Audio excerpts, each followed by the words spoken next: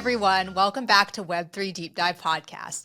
Today I'm at the House of Web3 and I'm interviewing Tegan Kline in person in San Francisco. So super excited for this.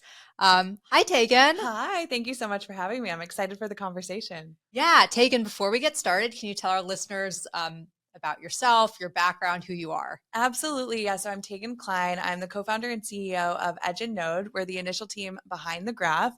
Similar to what Google does for the web, we do that for the blockchain space and organizing data so you can easily access it. And my background, I actually started in traditional finance. So I was on Wall Street for about half a decade. I started at Bank of America in the financial institutions group in investment banking, and then I moved to sales and trading at Barclays. And then I joined the Web3 space full time before it was even called Web3. Right, I know. When did Web3 become a term, actually? Right. Well, I think technically Gavin Wood coined the term, and then Juan from Protocol Labs, he really went with Web3, but I feel like it really exploded more recently, like in the last 2-3 years. Cool. Okay, so we're going to break that down a little bit. Maybe before we break that down, tell our listeners how you got involved in the Web3 space. Absolutely. Yes, I got into Web3 before it was called Web3. So I actually learned about Bitcoin in 2011, and I chose to kind of go a traditional Wall Street path. So having planted the seed with Bitcoin, went into Wall Street, investment banking, sales and trading. I was on Wall Street for about half a decade. So I kind of saw some of the inefficiencies and then also a little bit of kind of the unfair, maybe it is just inefficiencies. Let's go with that because there's a lot of middlemen involved in finance in the traditional space. And when I learned about Ethereum, that's really when I went deep into the crypto rabbit hole, if you will. And I saw the opportunity to kind of remove those middlemen and make it a lot more efficient, but also a lot more fair and equitable. So what year was it that you found out about Ethereum? It was 2016, I believe, and I was on the sales and trading floor at Barclays in San Francisco. Wow. And so I actually left Wall Street to join crypto full time. I joined a startup. I joined Orchid, which is backed by Andreessen Horowitz and Sequoia. I helped them launch. And then I joined the graph ecosystem. What was it? Oh, man. I joined the graph ecosystem about 4 years ago now, so maybe 2019. Okay, and so the graph that is what Edge and Node came out of. Was it the graph? Yeah, exactly. Am I saying that right? Yeah, back in the day, so decentralization, it very much is a journey. So back in the day when we were building the graph, there was a team of about 14 of us when we launched the Graph Network. And so with the launch of the Graph Network, Edge and Node, or the Graph team, rebranded to Edge and Node, and the foundation also was created separately. And so two entities were formed before that launch. And now, fast forward to today, there's actually 6 different core developer teams. So 6 different companies that are full-time focused on the graph. So it's no longer just Edge and Node and the Graph Foundation. There's many other companies, including Mazzari. Oh, wow. Okay. I didn't know that. Yeah. Interesting.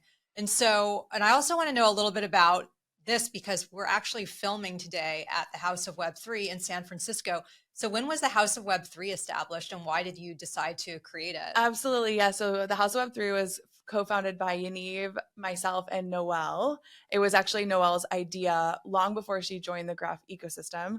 And we wanted a place where people could come and have community together and network, but also a place to make Web3 a little bit more accessible. I think a lot of people are afraid of crypto, or they have these misconceptions about crypto, or they think it's just people trading tokens. And really there's communities, there's technology underneath all of these different tokens. So we created the House of Web3 during the height of the pandemic, basically when everyone was super bearish on San Francisco. Everyone was fleeing this city. People said San Francisco is dead. And we're like, you know what? We're going to double down on San Francisco. San Francisco is not dead. It will never die. It has this kind of startup mentality, but also just experimental nature to it that I don't think you get in many other cities around the world. And so that is where the House of Web3 was born. And I hope to see many House of Web3s in other cities across the world.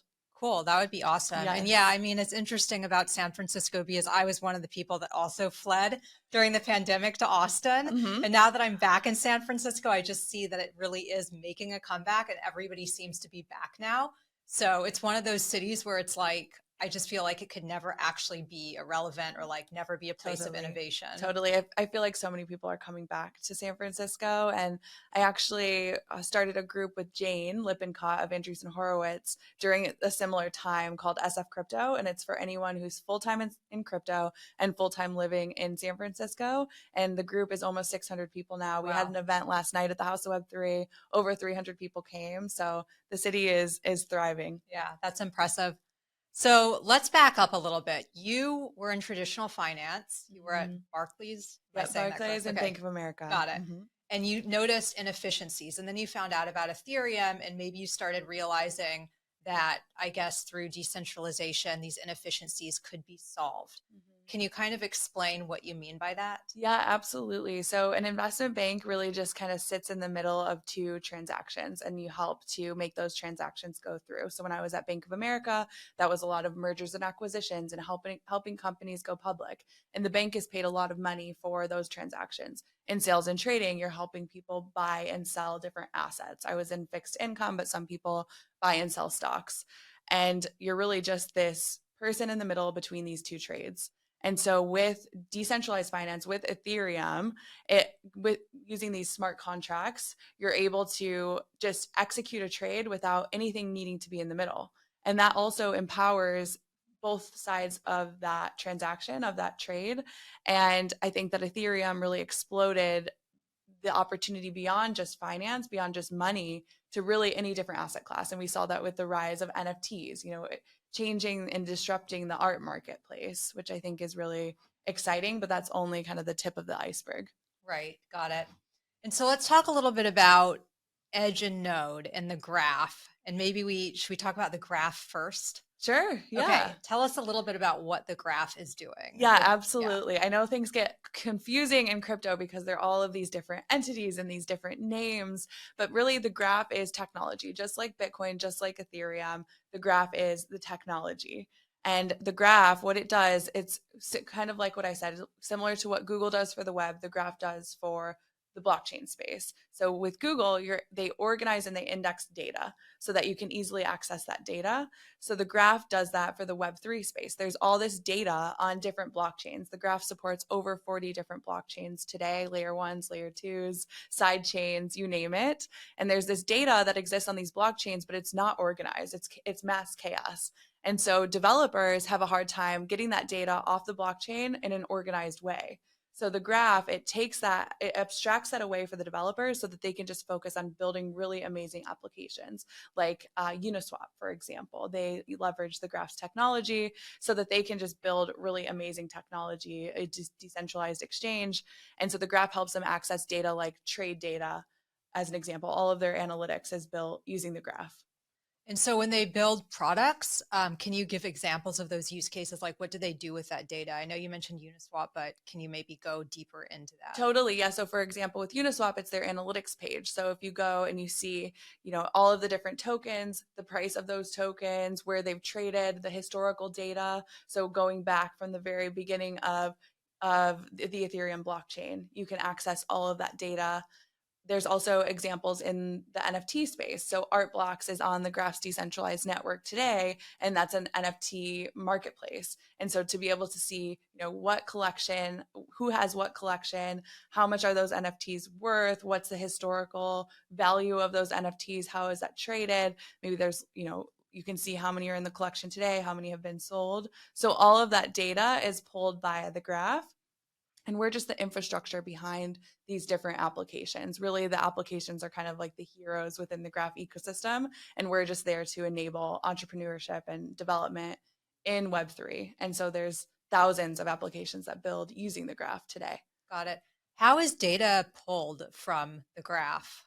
Just out of curiosity. Yeah, it's a great question. So the indexers, so there's over 200 indexers today. So these are Google-like companies that are accessing data from the blockchain, and they're organizing that data. So they choose, each indexer gets to choose which subgraph, which is like an application that they want to organize data for and serve queries for. So for example, for Art Blocks, you as an indexer, you sync that subgraph and then you organize that data. And then anytime anyone searches anything on Art Blocks, the indexers are serving those queries, and they're all competing to get the best price, serve the queries quickly.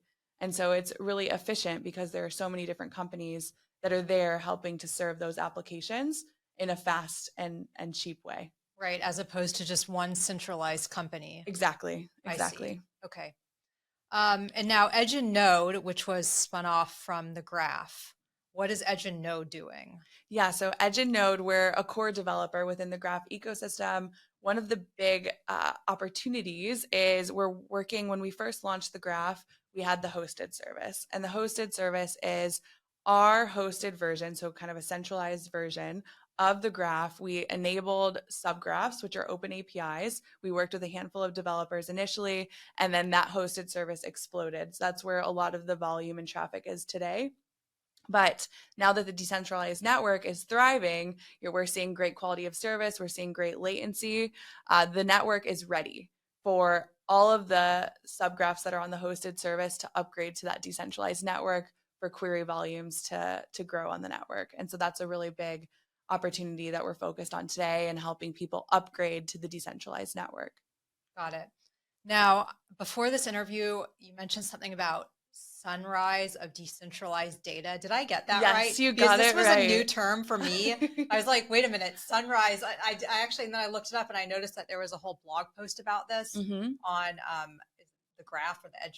Yeah. Yeah. Anyways, so can you explain what that means? Absolutely, yeah. So sunrise of decentralized data, this is that process of upgrading those applications from the hosted service to the decentralized network. So sunrise it was one of the big initiatives that I launched once I became CEO, once I was appointed CEO. And it's really about upgrading those subgraphs to the decentralized network. We started the first phase of the sunrise, which is super exciting. We went live with an upgrade indexer on the network. So that's the hosted service upgrading to the network. This way, the applications, they don't need to wait for the indexers to sync their subgraphs. Sometimes it takes a couple days, sometimes it takes a week for those subgraphs to sync.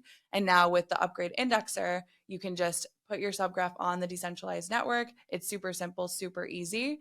And once the sunrise is complete, the hosted service will be in the rearview mirror fully. We will have fully upgraded the hosted service to the network, and then it's just the Graph network, which I'm super excited for. Cool. So you mentioned once it's complete. So basically, what are the challenges that you are facing right now or the developers are facing in order to ensure that this is complete? Yeah, great question. So it takes a lot of engineering resources internally at Edge and Node and all across the core developer teams. So we're just working to make it a really smooth process. We want it to be super seamless, super easy as an iPhone upgrade. That's what we want when you're upgrading your subgraph to the network. So it's interesting because this seems like a very efficient system, the use of decentralized data and how it's being applied. But it also seems like this is it's a very Web3 focused use case. But do you see this being applied to like any Web2 use cases at all where traditional, non-decentralized companies can actually use like decentralized data? Yeah, absolutely. And I think a lot of traditional companies do query subgraphs that are on the graph because they're public. Any company across the world can access that data. So we've seen a lot of that. We also have seen the telecom company, they are an indexer on the graph network. So you're seeing a lot of these traditional companies spin up indexers to support that ecosystem on the decentralized network. And when it comes to Web2 companies, I think that over time, all of the data will exist in Web3. So we'll kind of move from this Web2 world to Web3. It'll be a very easy transition, just like you Google anything, you can start doing that in Web3 with things like Geo, which is a Web3 browser. So that's kind of my vision for the future, is that we move towards this decentralized world. Everything is in Web3. And I think that all Web2 companies will leverage it in some way. Now, is that going to involve any sort of cryptocurrency or digital asset, or is this just purely about like decentralized data? So the graph has a native utility work token called GRT, and you should only ever purchase what you intend to use in the network. It was created to kind of allow for this ecosystem, to incentivize this ecosystem. So indexers stake GRT on the network, And you can also be a delegator. So you can delegate to the indexers that are serving those queries. And then indexers earn GRT through the queries that happen. And so developers and third-party data consumers are paying for GRT every time they use these applications that are on the network. Interesting. Okay. Mhm. It's just so, it's like so crazy to think that you were in traditional finance and then now you're here. But it just seems like, you know, that this really is solving problems that we're seeing today and with traditional financial companies or just like Web 2 Totally. companies. Totally. And I think a lot of brilliant minds are thinking about Web3. They're also thinking about AI. I think, from my time in banking, even just looking at the practical nature of it, because these banks grew so quickly, their tech stacks are just kind of thrown together. And so it's almost like a Jenga building block. Things break all the time. And so they're ripe for innovation. And I don't think that the middlemen will go away fully, right? Even in DeFi, you want someone to call you if you're about to get a margin call. So I think that there's an opportunity to actually embrace the tech stack in Web3 and provide services on top of that, similar to what an investment bank would do. Right. What are your thoughts on, because I think you mentioned AI briefly, but what are your Mm-hmm. thoughts on AI and how it's being applied to the Web3 space and if Yeah. EdgeNode or the Graph is applying AI? We are, yeah. So we're applying AI, but before I get into that, I think Okay. one thing that's really interesting is like the AI kids hate crypto, but they don't have a way to monetize AI, at least not that I've seen. I haven't seen any effective ways to monetize AI. So I think that the two can actually leverage one another because crypto is all about thinking through incentive structures and they can actually leverage that for their businesses. So I'm excited for that. But the graph has been using machine learning for a very long time. A lot of the indexers leverage it today around pricing to get ahead. But also, I met a girl last night at the event at the House of Web3, and she just launched on ChatGPT. They launched their app store. And so she launched an app called Freelance. And so you can search ChatGPT using the graph's data to see different jobs in Web3. And that's all live on the network. So anytime you query ChatGPT with her app, GRT is actually being processed in the background for those queries, which is super exciting. And I think that that's where a lot of the future is going. And Semiotic is a core developer, and they're brilliant minds in AI. They've been working on it for a very long time, and they're working on being able to feed LLMs, the technology behind ChatGPT and other technologies with the subgraph data, which is really rich. And with that, it lowers the barrier to entry of anyone who can use and leverage Web3 data because you can search for it in any language using AI, which is really powerful. Wow, that is interesting. That's a really good use case. Are there any other use cases that you want to mention in terms of like AI and crypto or Web3 or? I think one thing that's really an exciting opportunity is just when you have verifiable data using the blockchain and you're able to kind of feed AI with verifiable data, that's when things get really interesting. I think today, if you use ChatGPT, you can make a great argument based on kind of fluff or based on misinformation. So I'm excited to see verifiable data being what feeds the AI. Right, because right now, I mean, like you said, there can be biases. There can be like somebody can, you know, have a machine learning model or some sort of model that actually has biases just built into it because they created it that way. Mm-hmm. And I think that's a big problem with AI. But like you said, if it can be verified using the blockchain or zero knowledge proofs, Mm-hmm. then that gives the data, verifiability, which I think that is like the main thing that blockchain can Help provide with. to the AI Yeah, space, which is really cool. absolutely. Absolutely. And Forbes actually did an article of the top 5 AI and blockchain projects, and they listed the graph as number one, which Cool. was super exciting. Right, because the data is decentralized and it's being pulled in for Chat GPT, which, I guess if it's decentralized, there's less bias because Mhm. it's not just coming from one model, Right. right? Yeah. And we've seen that a lot with Google. Like the government will send them takedown requests oftentimes. And so if you have two very powerful entities, one, being the government, one being a large tech company, they really have control of the data, the information, what's indexed. I mean, that's power. So I believe in a world where, I mean, yeah, I guess I believe in a world where data is not manipulated or controlled. Definitely. Yeah, for sure. Also, let's talk a little bit about open source because I wrote an article recently where I interviewed you talking about the importance of like open source and Mhm. Web3. So, can you just kind of elaborate on that a little bit? Yeah, absolutely. So we've seen a lot of kind of web 2, maybe web 2.5 companies that will take open source technology and they'll put a paywall on it, and then they'll just create kind of this SaaS like company. And with that, they have all of the power, they have all of the control. They basically own the applications, they own the developers. And I think that that's a really dangerous world. And that's really what we're trying to get away from in Web3. It's all about self sovereignty and empowerment and freedom. And if you're trusting these centralized companies that are kind of masking as Web3, then you're giving your power to them, just like not your keys, not your crypto, not your subgraph, not your application. Right. And so, open source, just for those listeners that don't know what that is, that means that like the code can actually be accessed by anybody. Am I explaining that It's open. Yeah, correctly? Yeah. exactly. It's open. So the technology can actually be changed.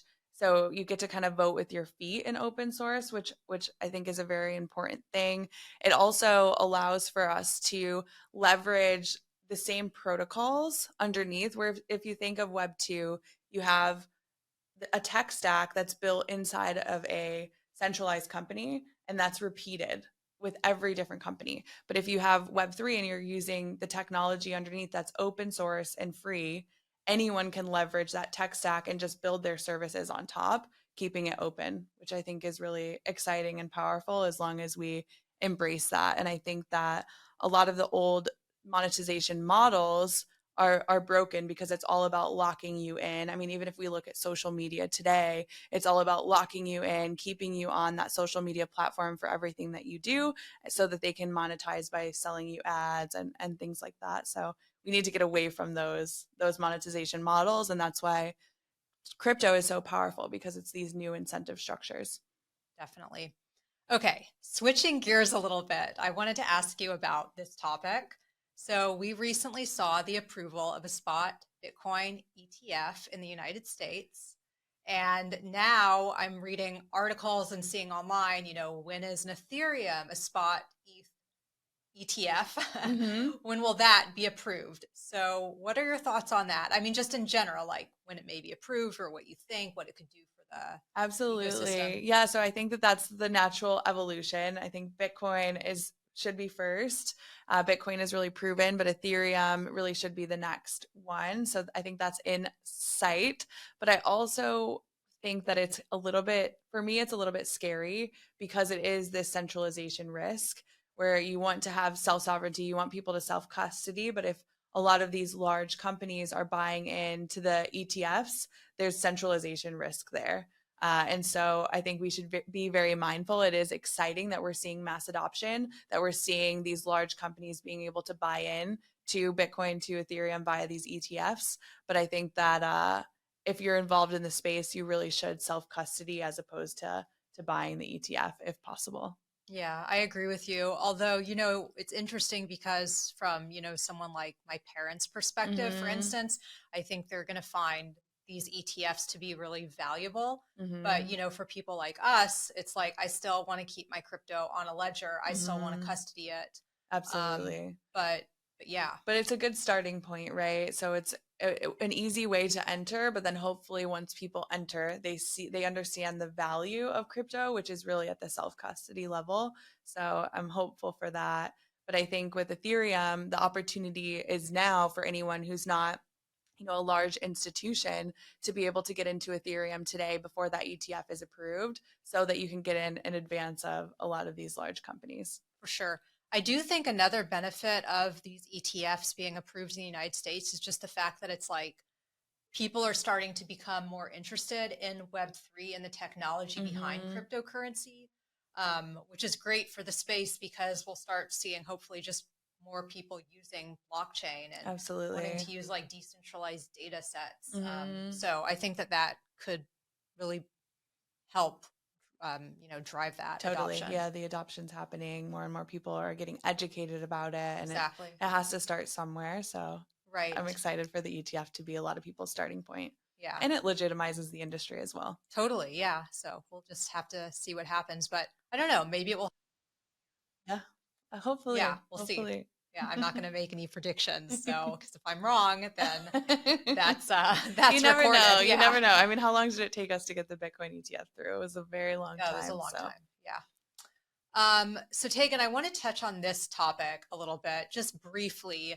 Um, if you have any advice for women wanting to get involved in Web3, because sometimes I go to these events and I have women come up to me and they're like, wow, you're so inspiring. How can I get involved in this space? Because they think it might be too technical or, they don't know anything about Web3. So just what are your thoughts on that? yeah, absolutely. I think that, with this paradigm shift, there's a lot of opportunity to change structures. And I think that now is really the time that we need feminine leadership. I think that we've seen what the guys can do. If you look at the kind of recent crash, it was all led by men. And I think now's the opportunity for us as women to come in and help change things. And I think that you actually have a really large opportunity in Web3 and crypto as a woman, because there honestly aren't that many of us. And I think that that allows you to stand out. It allows you to have that opportunity.